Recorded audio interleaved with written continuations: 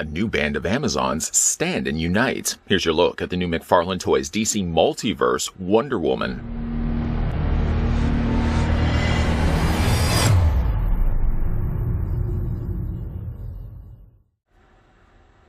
The world has been destroyed, the superheroes lost, and a new evil by the name of Omega has taken over what's left. Now 20 years into the future, Wonder Woman leads a faction of heroes and survivors living underground, known as the New Amazons. Hiding from the world above in order to stay alive, Diana and her band of warriors must choose between retreating deeper beneath the Earth's surface or fighting for a better tomorrow.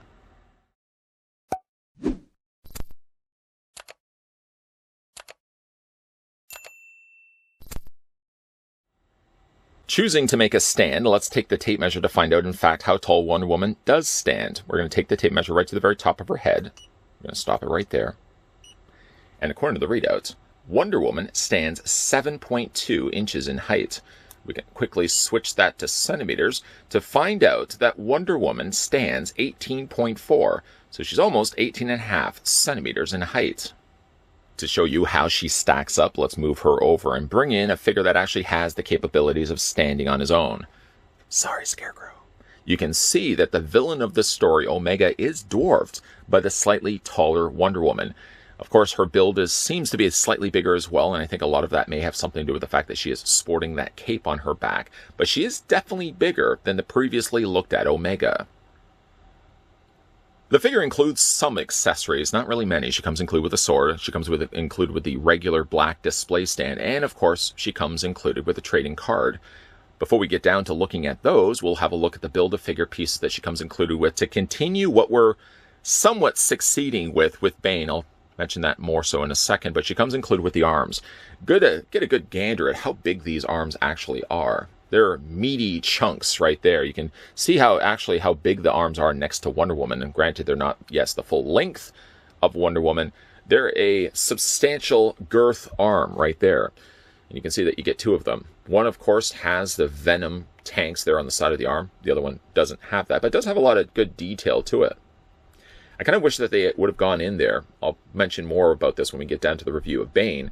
But I wish they had actually gone in there and accented some of those veins a little bit better than what they actually have. Sure, yes, it's molded to the plastic, and they have brushed on top of that a lighter color of this kind of creamy beige. But I wish they actually would have gone in there and just painted those veins a different color, just so they would stand out, especially like right here on the bicep. So like I said, she comes included with those arms. Let's put those down for a second. We'll bring in where we've left off with Bane. Not really much progress to report, because essentially all we've really done is attached lower legs to a torso. I will say, though, if you watched my review of Omega, I struggled considerably to get these legs to actually attach to the pegs. It wasn't so much the case that I found like the pegs were too tight to get the legs into place. In fact, rather, I found the opposite. I found like the pegs barely held onto it, almost as if the sockets were way too big to hold the pegs. So what I ended up doing was I resorted to Plan B being boiling water. I took the lower half of the legs, I submerged them, basically just this point right here, and here. I had them basically with the boot sides facing up. And I just had them sitting in boiling water for probably about 15 to 20 seconds, just to soften up that plastic. When I felt it was soft enough, I put it into place. And even then, I didn't feel like the pegs were properly even holding the legs. Well, persistence, I just continued to twist it, continuing to push down into that peg. And eventually, just more from pure luck, I think, than anything else, it actually finally held the legs in place. Now, I will say, though, I'll comment a little bit about this now, and I'll probably say more about it when we're talking about the actual Bane, when we get him all fully complete. If you look at the legs, and I'm just barely rocking these back and forth, you can really see how those pegs are barely, I feel, holding those legs. I don't know if they could have done it about a different way, but I definitely don't feel like it's holding the legs as well as they should. I mean, yes, they swivel back and forth. There's really no leg articulation other than basically just that swivel at the top of the thigh. But I really feel like they're not really holding the legs as well as they should. And again, I really don't know what other alternative I would have gone about. I've had larger build figures like this seem to do a better job of holding the legs. And yet the Bane, just again, rocking that back and forth. These legs, I feel, are just barely holding on. With that being said, going to go ahead and take the arms. It's a little strange also as well that you generally get arms with hands, but in the case here of Bane, he is without hands. He's just got these stumps on the end. With that being said, we're going to go ahead and take the joint. Now I'm probably going to bring these pegs up a little bit. Just one up, one up. There we go. Basically what I want to do is I want to have as much leverage working in my favor. I'm going to bring those up like this, and then from there I'm going to do my best. I don't know how successful I'll actually be to get this in this review shown. Yeah, see, like, these pegs are really difficult to get into place. A little bit of extra strength, I suppose, or I'll again probably resort to using the hot water bath. I don't know if I don't want to submerge this, so maybe what I may do is take myself a hairdryer, see if I can heat up that area of the joint. Or what I may even just do is soften the plastic on the ball peg to see if that will hold and retain that arm. So as it stands right now, I don't think this is something I could actually really do on camera. I feel like I may have to do this actually behind the scenes. So with, unfortunately, the same case as the legs, leave it with me. Leave it with me. I know I'm really under-delivering here with getting these actually built on camera. But unfortunately, as you can see, it's going to involve a little bit of extra TLC and a little bit of extra time. That being said, let's have a look at the accessories that come included with Wonder Woman. She comes included with a trading card that has Wonder Woman, Batman Last Night on Earth. You can see the Amazonians standing behind her. I like this design of Wonder Woman. I didn't really think Mohawk Wonder Woman would have translated so well in comics, and yet it does. One thing that you will see, though, with the drawing of Wonder Woman, unlike the figure that we will be having a look at, is the shaven head on both sides is flesh tone. Although when we were having a look at the figure, there's going to be a little bit of stubble that's grown in on McFarlane's take on this particular Wonder Woman. You can also spin it around. Gives you the full stats and read up down below. Sources: Batman Last Night on Earth, #1, Comics 2019. Real name Diana Prince. Height 6 feet. And weight is 165 pounds. Again, I was like holding on to those cards. She comes also included with a display stand. At the very beginning of this review, I did use the display stand, and certainly I would recommend if you are looking to display these in dynamic poses straight out of the box, if you're just going to be museum posing these things, then yes, they're going to be standing fine. But if you want to get into the more reassurance that these figures aren't going to be falling over on your shelf or wherever you decide to display these, or if you like to go a little bit more creative with posing these, definitely make use of the display stand. She also comes included with her sword. I do like the work that they've done to the sword. The sword has some nice scratches to the plastic. You can see the silver plastic just really glowing there with the studio lights. Of course, the hilt is all painted nicely in a metallic gold. That looks really good as well. And there is also a little bit of detailing there on the very end of the hilt. Really nice work. Now, you can obviously either put it into her hand or on the side of the figure, which just move the arm up here. She has herself right there. She has herself a little holster, of course, that you can slide the sword into. I will say it is extremely difficult to get this in place. One thing I would recommend is twisting, of course, because she does have posability after all, twisting the waist, and then you can see it drops right down into place. Don't struggle, like I certainly did at the beginning of this review, trying to get it behind her cape. If you do have that difficulty like I was doing at the beginning, just simply twist the waist, and all you have to do then just drop the sword literally down, and you can see it holds perfectly in place. It will be a little bit of a problem, as you can see, when it certainly comes to moving her arms, because she's literally going to be brushing up against the hilt every single time you move her arm. I mean, one good thing is it works is at least it's softer plastic, but even still, softer plastic, every single time you're going to be moving her arms back and forth or twisting her waist, she's going to be brushing up, you can see right there, and bending the plastic on the sword every single time. I would suggest, if you are looking to display the figure, either decide to display her with the sword in her hand, or just put it actually in, as you can see, the holster there, and then just leave it. Don't start moving the figure until you take the sword back out. Speaking of taking the sword out, let's just rotate the waist again. Slide the sword out. You can see it is a little on the warp side, so maybe perhaps it will also be taking a bit of a hot water bath. But you can also put it into her hand.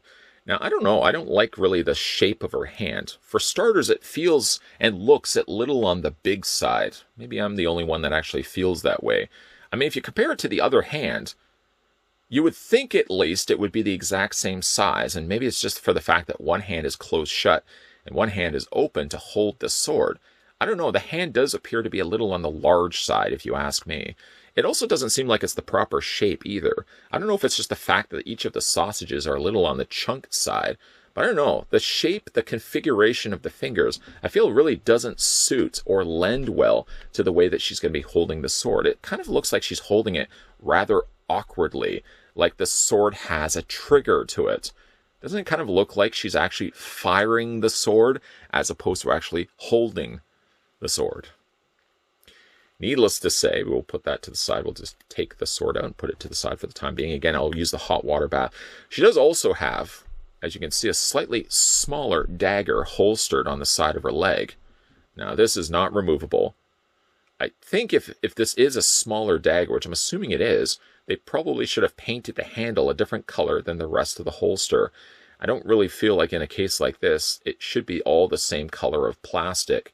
And I gotta think that this is the handle of it, and not necessarily just the top end of it. Because you would think, again, as you're sliding this into place, this would be the top handle of it. If it is the case, and certainly gauging it by the fact that the texturing is slightly different, I would hope that this could have been a different color than the rest of the holster that's slid into place here. I keep calling these holsters, I really should be calling them sheaths, but nonetheless, let's get a closer look at Wonder Woman. And I got to admit, this is a pretty looking Wonder Woman. Jarring, yes, in fact, that perhaps she's taken a bit of a cue from Storm, going with that mohawk look. But it actually works generally well for Wonder Woman here. You can see on the back of her hair, for example, she does have a very slight bit of ponytail. It's more so just a continuation of the mohawk, as you can see, carried down to the bottom. I like the fact that it's slightly swayed to the side, as you can see. It's just got a slight brushed over look to it. Now, again, when we look at this and we compare it over to the trading card, you can see that, yes, they have in fact painted some additional coloring where the stubble of her hair started to grow in. I don't know which I would have preferred. In fact, if anything, I would have liked maybe an option available where they would have given you two distinct looks. In a way, I think I would have actually enjoyed it more so if they didn't have added so much of the additional coloring and they kept it closer to what we're looking at with the trading card. I mean, don't get me wrong, I do like the fact that the coloring painted to the side adds a little bit of extra color. But I will say, though, the paint actually comes across a little bit more like they just literally took black paint and they just brushed it across her forehead. You can see that they have given at least the indication that there is stubble on the sides of either of her head. But I don't know, the black almost comes across more so like just an afterthought, like they just brushed it on and left it as is. Unfortunately, there seems to be, at least on mine, a little bit of additional smudging. I don't know if you can see it, just on the very top of her cheek. Speaking of her cheek, though, I do like the fact that they added that darker coloring. It really does define the sides of her face. As you can see with the light hopefully hitting it, she's just got a slightly darker shade of her flesh tone on either side of her face. If you really look at it from the front, it's really where it starts defining those cheekbones. Gives her a real angular look on both sides. That looks really good. The paintwork on the face is really, again, good on this figure. The tiara is done in gold, the stars done in red.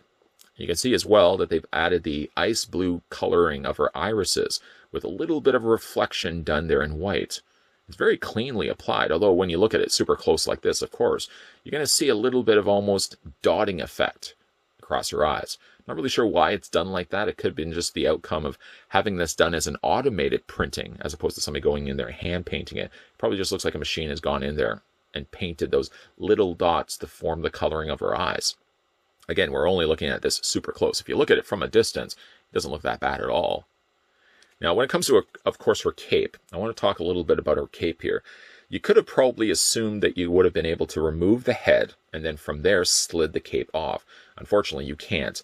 The cape is attached in a couple of different places. It's first attached to the front of the torso, plugged into place right here. As certainly when you go to move it, you can probably already see right there, there's an extra little bit of plastic, a little lip of plastic, that looks like it's embedded into her torso. For that reason, you can't remove it for that point. But then if you look at the back, she has this very large peg. This cape isn't going anywhere anytime soon. I would probably say don't consider the idea of trying to remove the cape, because what you're going to be left behind is total damage across the front of her chest, and you're going to have some serious damage there with a big hole left gaping on the back of her torso. But I think the cape works generally well for the figure. I do like the holes and the little tattered look of the fabric. And also in addition to that, I think they did a really good job on the actual fabric texturing. You can see it's not just simply smooth. In fact, when you run your finger across it, you really get that sense of texturing. And I really think the cape turned out very nice on this figure. Very much the detailing on Wonder Woman's body, especially when you get to the lower skirt here, reminds me of the Gal Gadot design of Wonder Woman. I do like this, and I think it's been painted rather nicely as well. The gold outlining the edges to it has been applied generally quite clean, as well as, of course, her bodice as well. You can see some nice uses of metallic gold and metallic red. The gauntlets are slightly larger on this design of Wonder Woman, but resonate with this very nice sparkling metallic silver. Overall, I'm really happy with the design of this particular character. Again, Mohawk Wonder Woman seems to work quite well for this design of character. The only thing I would say is certainly as a little small just nitpick on my own part is, again, I just don't know if I like the use of the black on the sides of their head. I would love to have seen what an alternate head portrait of this could have looked like, where they could have just left that black coloring off on either side here. Let's have a look at the articulation now of Wonder Woman. Her head rotates back and forth because, of course, it's attached by a ball joint. There is a little bit of a problem, of course, because her hair stretches so long that it does cause some issues when it comes to rotating her head back and forth. It does want to clip against, of course, basically the top area of her cape. But at least you get enough of a range of motion. What you can always do is avoid that by just tilting the head down slightly, twisting the head, and then just bringing it up a little bit if you find it's brushing too much too frequently against basically this back area of her cape here. As for her torso is on an upper ball joint, so you can rotate that quite a lot actually, back and forth, up, down, and of course all the way around. And of course that does come very much in handy when it comes to removing and adding the sword to the sheath, which we talked about already. The arms hinge out. And you would almost even have assumed as well, I certainly would have assumed, that the cape would have hindered a little bit of the arm movement. Quite the contrary, actually. The arms can move out perfectly fine. You can move the arms forward and back. The only downside, of course, is moving the arms back, because, of course, every single time you're doing that, it's going to be hitting the back of the cape. She does have a swivel, and it's not actually necessarily, well, one thing we certainly can have to talk about as well is the little cup socket joint that they put on all of these DC Multiverse figures. It's almost even hidden here on Wonder Woman, concealed by the fact that she does have her cape, but also concealed for the fact it's a slightly smaller cup joint. And you can move that arm. It just gives you a little bit of extra motion, allowing you to bring the arm further forward than what you would normally be able to do, and also allow you to bring the arm slightly further back, because then it relies on that socket joint to sort of allow that hinge back a little bit more. Has a double hinge on the elbow. There's one, there's two. Does also have articulation on the hand. You can rotate that all the way around. Sometimes when you are doing this, you're going to find that large oven mitt hand kind of brushing against. You want to just kind of bring it down a little bit, hitting against the top there of her gauntlet. You can also hinge it back and forth this way as well. I'm not really sure, again, how I feel about that hand. I feel it's really the wrong configuration for her simply just holding the sword. Not to mention as well, I mean, really, she only has one holding hand. The other hand is a closed fist. I would have liked options available as well. I mean, Omega did come with swappable hands, although you could really say Omega didn't also include a sword. So I guess it's basically just relegating these characters to one accessory, or in the case of two swappable hands, the display stand, and of course the trading card. As for her legs split out. There is really no issue at all with the skirt sort of hindering what you can do with the legs. Yeah, you can't pull off quite a full splits, but you can get the next best thing. I mean, you're probably never going to really pose your figure like this anyways. You can bring the legs forward and back. She has a swivel basically where that thigh attaches to the ball joint. Let's lift the skirt up. You can almost see it right in there. There's the joint right there. She has a double hinge on the knee, which is also really nice. And although we didn't spend a whole lot of time talking about her boots, you can see that she's got these really high platform boots. You can imagine that would be rather uncomfortable, her running the battlefield with such platform boots like this. But that's the design that she actually has. Really like the detailing done to the side here. But of course, when it comes to the feet move back and forth. You can't really rock them back and forth simply just by the way that you can see right there. See right there, there's a little kind of line right there on the peg. So basically, it's just the case where you can hinge these back and forth. But if you want to rotate it this way, you basically have to rotate this joint that way as well. Does that make sense? Does that make sense? I hope that makes sense. And then she also has toe articulation as well.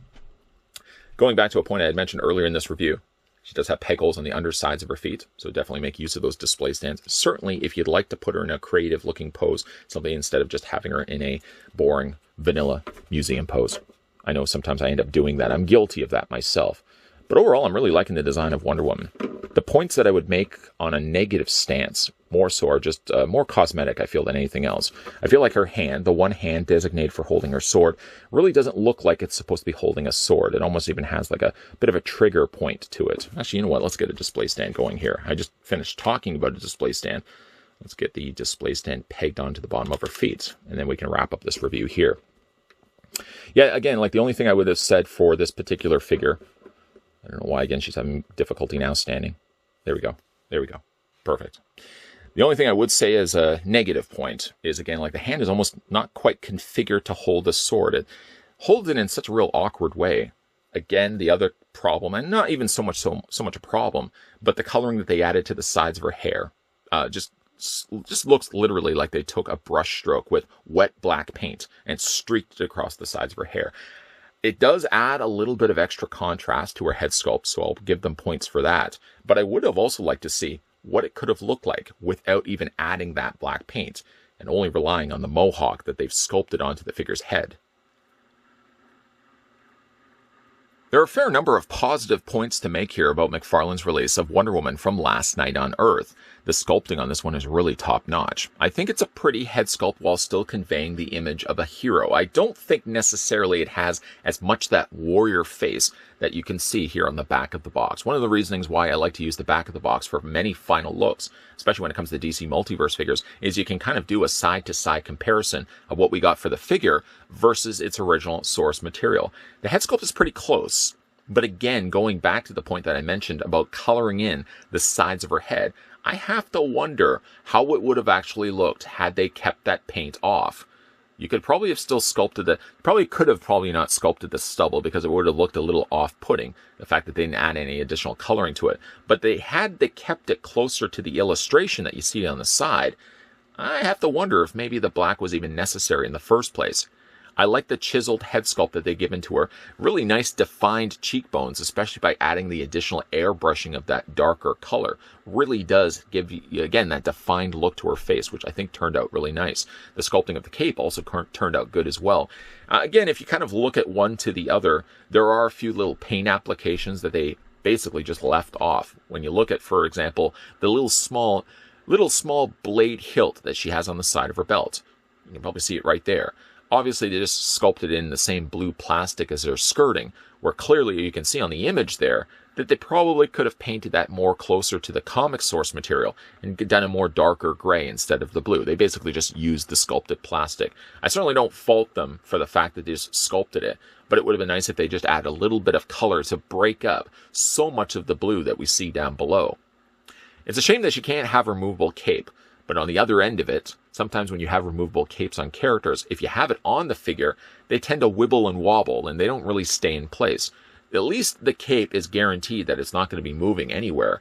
It also guarantees you that you can never remove it, because it's a big giant plug that's plugged into the back of her torso, guaranteeing that that cape isn't going to be going anywhere. So there's definitely positives, there's definitely negatives. I like at least the fact that she came included with the sword. The hand is a little awkward looking when it comes to especially holding the sword. I don't know if it's just the fact the fingers come across too big, or if it's the gesture of the hand. But it definitely doesn't look like she's properly holding the sword as well as she should. At least to its credit, the figure does hold the sword well. You don't really have to fight it to get the hilt into her hand. So again, like there's positives, there's negatives, but overall, it's a good-looking Wonder Woman, and it's nice to have this on display with the rest of the Last Night on Earth figures that McFarlane Toys have released. Still gonna have to spend a little bit of time working on that Bane. That Bane has been a bane to my existence, trying to actually get the actual body parts to go attached to him. I found the legs were too loose, and now I find like the arms are too difficult to plug into place, so they're probably going to have to take a little bit of a hot water bath between this review and the next review that we're going to be having a look at. Speaking of next review that we're going to be having a look at, of course, there's one last figure that we're going to be checking out in the Build-A-Figure Last Night on Earth Bane wave. That's a lot more words than probably what was needed. We're going to, of course, have a look at the Batman that comes included with a small little portable version of the Clown Prince of Crime. Make sure, of course, if you are new to this channel and you're liking all the content you're seeing, that you're hitting that subscribe button down below. You're turning the bell notification on, and most definitely come back to this channel, because again, not only are we going to be having a look at Batman, we're going to be having a look at Bane, but there's going to be a whole ton of other reviews lined up and coming your way as well. And as always, guys, thanks for watching. I'll see you guys next time.